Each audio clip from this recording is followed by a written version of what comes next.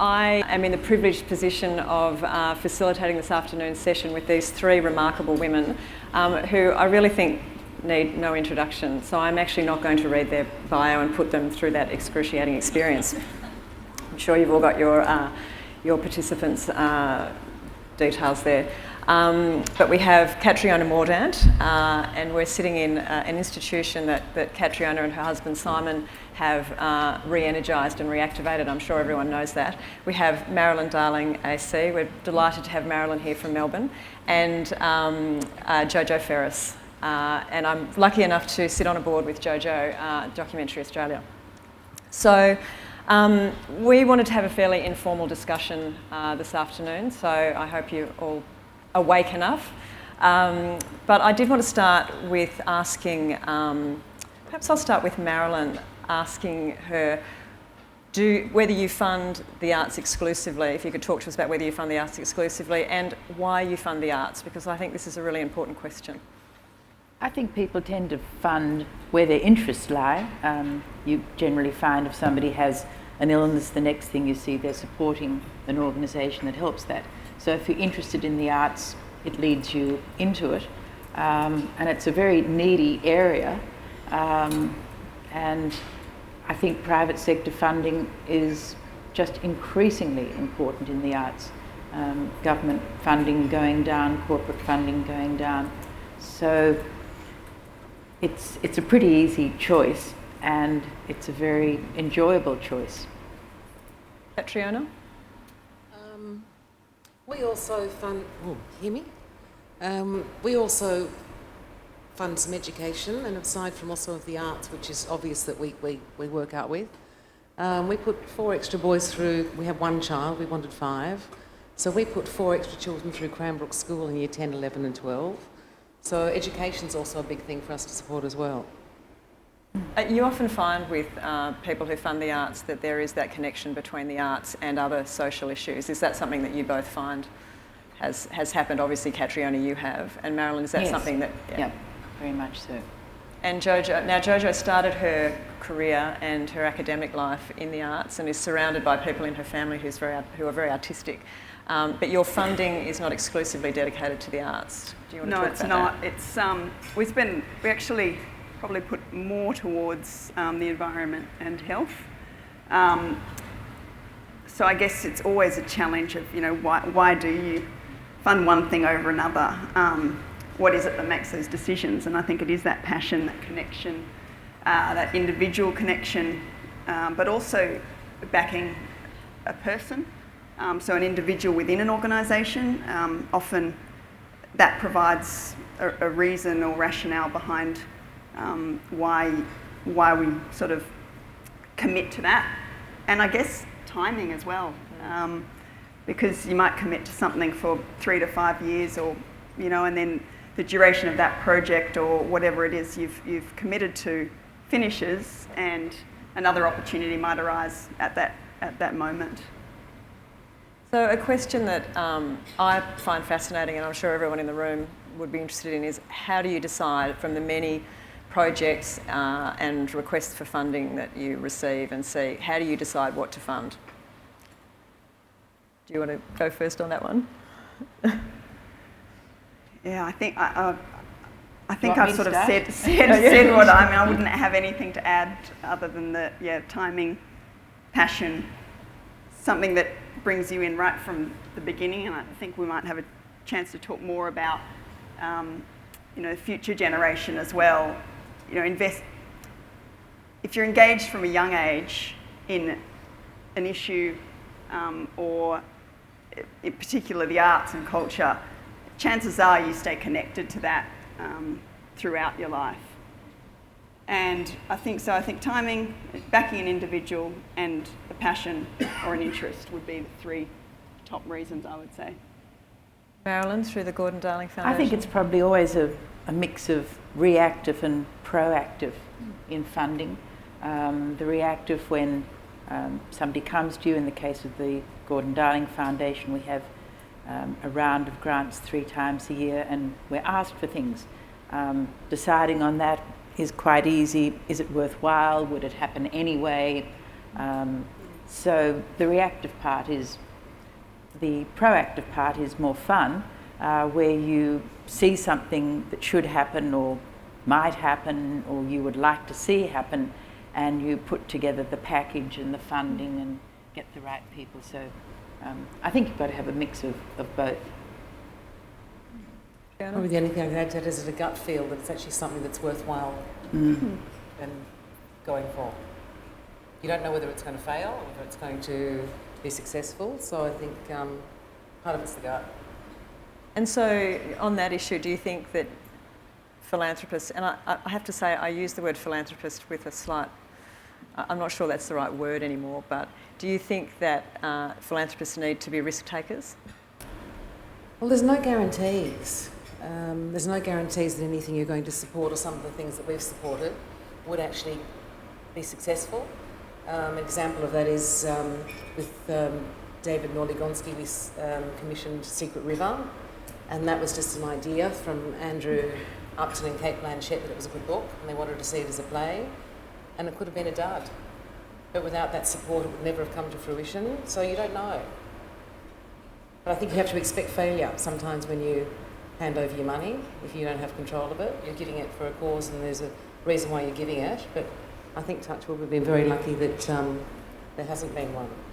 I must admit, I personally think that failure is something that in Australia we don't embrace particularly well, and I think that the projects for us that haven't worked as well as perhaps we'd anticipated at the outset, the discussions about failure have actually been more rewarding. Because you learn from them. Yeah, but sometimes I find that the organisations we support where something's going off the rails a bit, they're too terrified to come back and tell us because, I don't know, perhaps they've had bad experiences with others, but I do think that discussion's actually quite important. Did you want to add anything, Marilyn? Or? No, only that it's slightly diverting, but when you hesitated over the word philanthropist, I couldn't agree more. And I think that there's a kind of a perception that if somebody's a philanthropist or a big donor, that it's because they've accidentally ended up with a whole heap of money that they don't know what to do with. And that's just simply not the case. There's always the mind shift, and I think in broadening the philanthropic base, the key is to triggering earlier on in people's financial cycle when they think that they actually can afford to give. One of the speakers earlier talked about getting through the school fees and the mortgage, etc. And everybody gets through that point, and how do they flick the trigger to think, I could give something rather than we could do a better trip? And I think that's a lot of broadening the base, but the notion that philanthropists have had some windfall and they're thinking, what am I going to do with the money, just isn't the case. There's always something to do with it, and it always, and often is, some kind of sacrifice. I think that actually raises an important issue, that it's something that Catriona and I were talking about, that it's not just money, it's actually about time and other resources. Yeah, so philanthropy doesn't have to be about the buckets of money sitting beside you that you're doling out to people, but it is a resource of mental resources. So people are giving you their times to things, that's philanthropy. Mentoring people's philanthropy, and I think people don't understand that you don't have to actually give money, you can actually give of your time to be a philanthropist as well for a cause. Well, and I know every one of you are actively involved in boards and with the organisations you support. Do you think it's important to fundraise for the organisations you support? I mean, I feel as though people avoid me on the street now because I'm always asking for money for some organisation. But look, when Simon Mordant phones you, no one picks up their phone anymore. It's very important, actually, very important to actually fundraise. I'm on the board of the Queensland Ballet Company, and for example, we had a function at our home last year or the year before, which brought about to the Queensland Ballet Company Suncorp, a very generous donation from them for a few years. So it's very important. Otherwise, you know, you're there for not just to fundraise, but if you're passionate about them, you have to help them along. Marilyn, did you want to add anything to that? Well, National Portrait Gallery, of course, is what makes my heart beat, and I'm certainly on the relatively new foundation, which we formed as soon as we became a statutory authority. So yes, absolutely, you have to, if something is dear to your heart, you want to be fundraising for it as well as actually putting your own resources in. And how do you go about doing that? I know Catriona was talking to me about the process of fundraising for the MCA. What does it look like? Aside from phone calls saying, can you give me money? It looks like phone calls, emails, lunch meetings, a lot of dinners. I think Simon and I both put on about 25, 30 kilos. Seriously, raising money. To produce the MCA. To produce the MCA. So it's a lot of actually talking to people privately. So, you know, after the big lots came in, then there was more group functions. But the private ones, it's discussing whether some they're not interested in the arts. So some people who, I think this is part of the same conversation, is that funding the MCA, we did find a lot of people, whilst it was disappointing they weren't interested in giving to us, they didn't know who to give to. So it's also about finding, through discussions, helping them find a passion to give to. But the funding for the MCA, you know, Simon was working a lot with government, working a lot with people. People went, you know, so I said, if Simon calls you, call him back. But it's smooching people. And do you need... But it was a necessary thing. You know, I think you have to believe that it has to happen and it has to be necessary. All the smooching in the world doesn't work. And how important is it that you have the support of the organisation, like the executive within the organisation, or can you kind of do it on your own? Well, Simon was a one-man band with it, I think. But, you know, with the MCA, every single person at the MCA gave, whether it was $1 or $100 or whatever. So you can actually say that, you know, everyone here is passionate about the MCA, everyone has given. And, you know, that was important. Has that been your experience, Marilyn? I don't think anyone can really draw a comparison with what the Mordants have done. But the National Portrait Gallery is a remarkable institution. Yes, but I guess the funding wasn't quite going along that track, but it was a lot of lobbying, and I guess yours was lobbying. I was lobbying the federal government instead, and that's a bit of a slow process. And we had to raise a lot of money to get the matched funding, so we had to get the money up first. Now, Jojo has been involved with setting up a fundraising initiative at Documentary Australia for a younger generation, and I wondered if you might talk about that, because that's been a really fantastic program. Yeah. That you initiated. It's on a very different scale to my esteemed panellists here, but basically we're looking at how the younger generation can get more involved in Documentary Australia Foundation, and how to engage them. Not just, the medium already lends itself to engage with the younger group, but we've looked at it from the perspective of younger people wanting to be more involved, more hands-on. They do donate at a certain level, something that we did a lot of background discussion, a lot of people to see what the sort of threshold was, and just drawing on Marilyn's comment earlier about waiting until the mortgage is paid, or, I think in this day, that might never happen, and so why not start earlier? Everyone in this room can commit to a percentage or a certain amount, whether it be time or money, and if it just becomes embedded in what you do, perhaps it will never be at a grand scale, but I think fostering that culture is something that it then becomes a lot easier if people are familiar with being asked in the future, and there will be one or two of you in this room that ends up being able to give on a larger scale, and I hope that's not as a bequest, but so DocU is an initiative of Documentary Australia. We started with a small group, engaged them. The model is that as I said, they donate, but it's really a long-term strategy for the organisation, and we hold events that they are involved in selecting the issues, selecting the films, and it's at its infancy, but the goal is to grow it. We're looking at Sydney and Melbourne at the moment, but it looks like the model's taken hold. So more to share in the future. It's a fantastic initiative and we're very excited about it. So you're all surrounded within your family philanthropy or your family giving by strong men. And I'm interested in the issue of gender. I'm interested in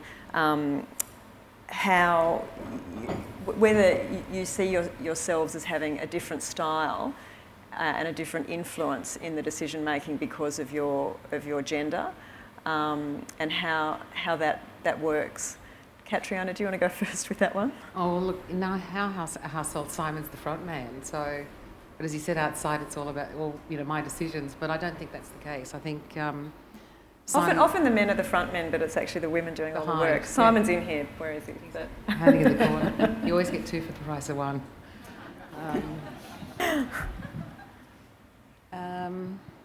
I don't see a gender issue enough. I mean, he may be the front man, but it's a family thing. It's something that we actually do. Generally, it's discussed of whether we'll do something or not. Sometimes he'll come home and say that I've just chosen. Sorry, there's people over here too. Simon will come home and say, I've just decided to support this without a discussion, but then the discussion follows about why he's decided to support it. So it still becomes a discussion between us, even if it hasn't initiated like that. But I don't find a gender thing. Marilyn, is gender been relevant? No, Gordon and I always had a very flat management system, and we each had our strengths, and he was ahead of his time, considering his age. He very much believed, not just in me, but he believed in women having huge opportunities. So it was definitely not an issue. Did you have a different style to him? Yes, of course, and different areas of ability and different style, and right down to our speeches. Gordon used to make wonderful speeches and very fulsome, and he always said my speeches were too short. I said, that's why they like me. Jojo, is that an issue in your family? I find this it's a tricky one to answer. I mean, I think everything's gendered. Yeah.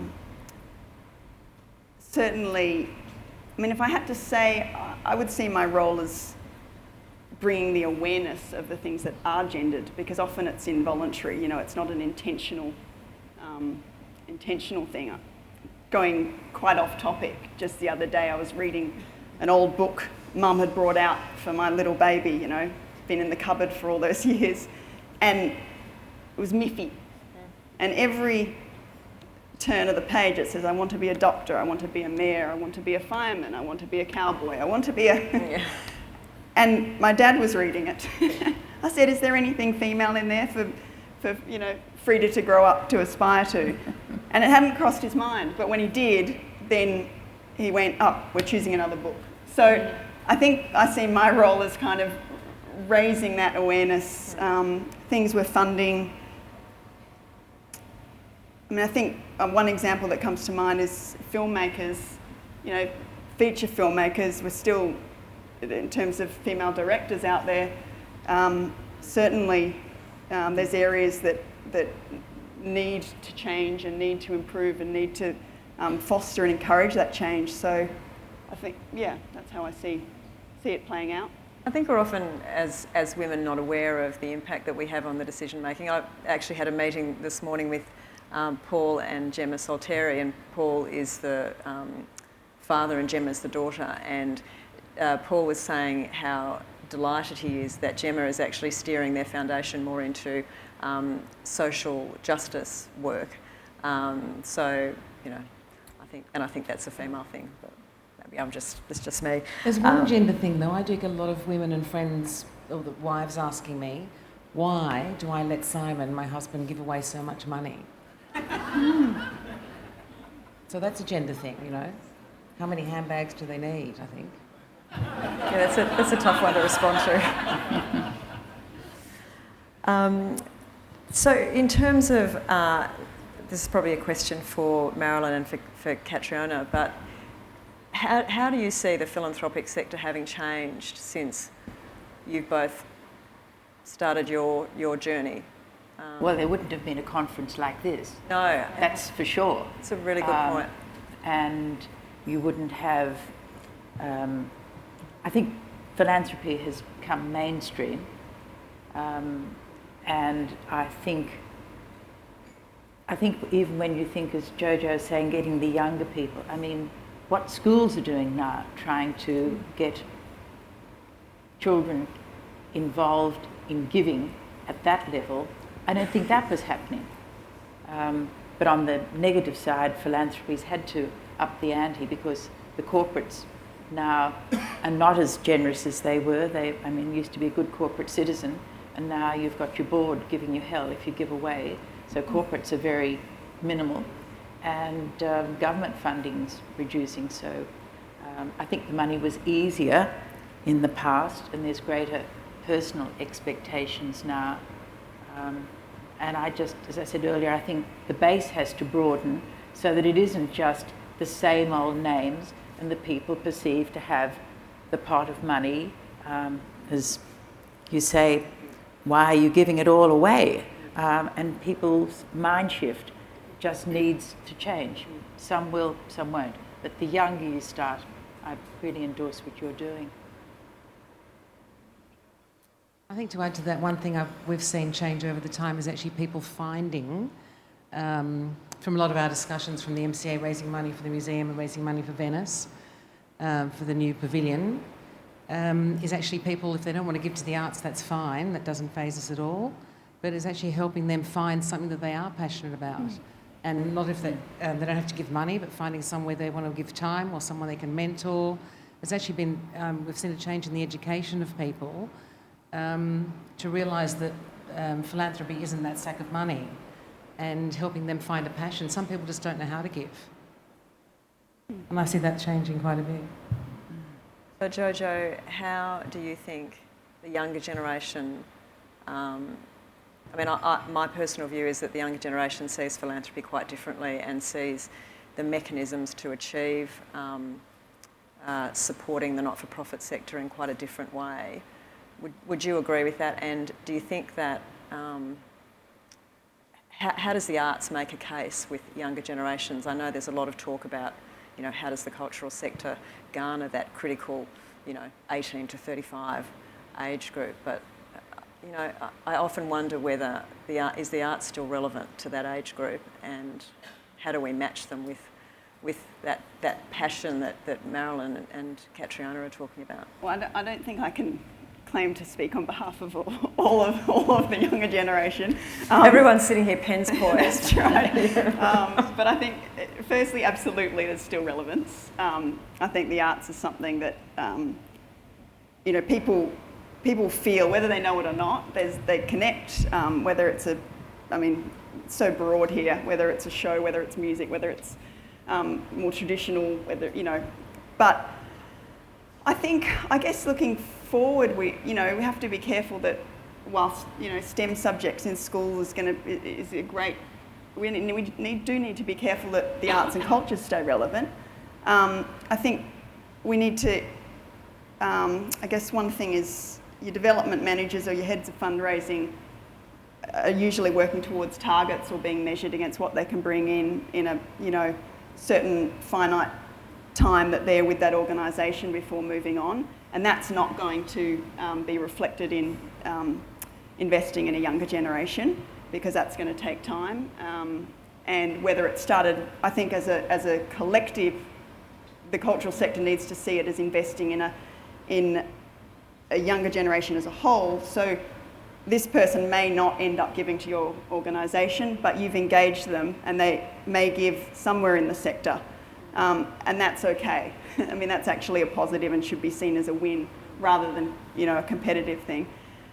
And I guess, the reach now, with whether it be social media, whether it just being able to reach a younger generation, making it accessible, there's just endless possibility, and it's such an opportunity for the cultural sector, for the arts, to really engage and think about what there is as a product.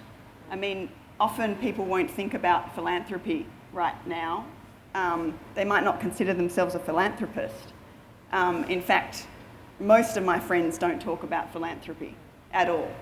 But if you talk to them about a social issue, talk to them about what they're passionate about, ask them whether they believe or agree in what's happening over here in this, absolutely. And then it goes back to Catriona's point, how do they give, you know? How can, it's the same whether it's the younger generation or an older generation. How do you make it easy for somebody to give? And I don't have the answer to that.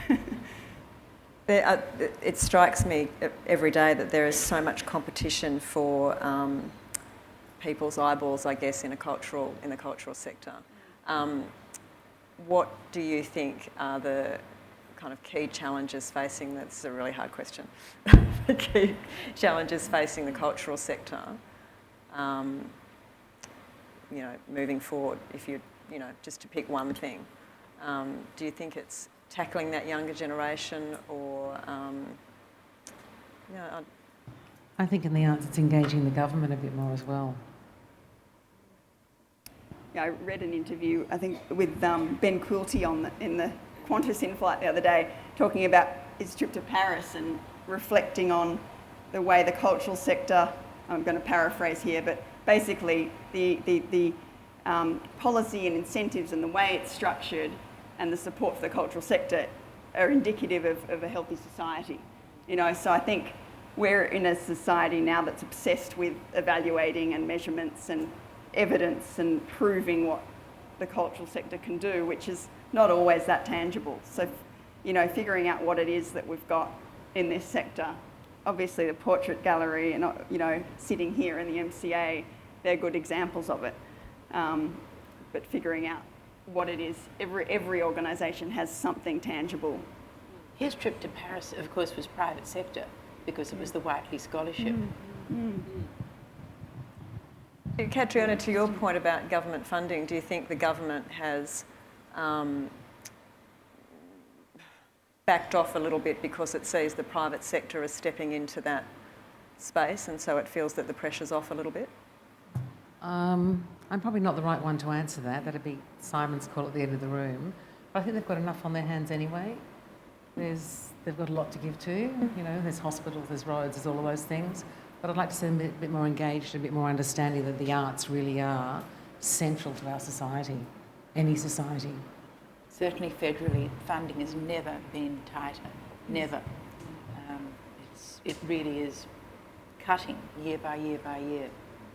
And it's reached a point, I don't know what will happen if it is reduced any further.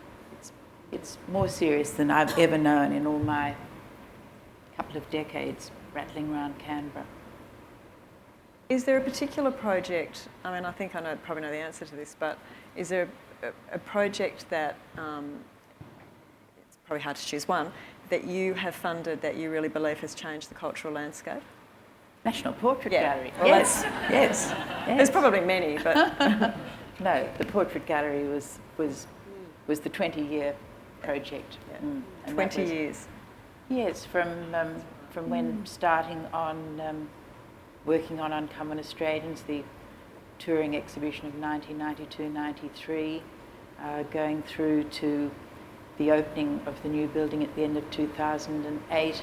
Yeah, if it wasn't 20 years, it was 19, and it went through Labor governments, Liberal governments. It always had bipartisan support. It was a long haul, but people say, oh, that was so quick to get a new national institution started. So anyway, really it's got there. But yes, it gets my vote. Catriona, for you, which project would you pick as the one that's changed the cultural landscape? I'd have to say personally the MCA. Yes. Actually. Huge. Venice is pretty cool too. Venice is a huge absolutely, but it's also the first 21st century ever built in Venice. So it's important for Venice as well. It's been an amazing journey. And now it's just a fabulous building doing what it should be doing.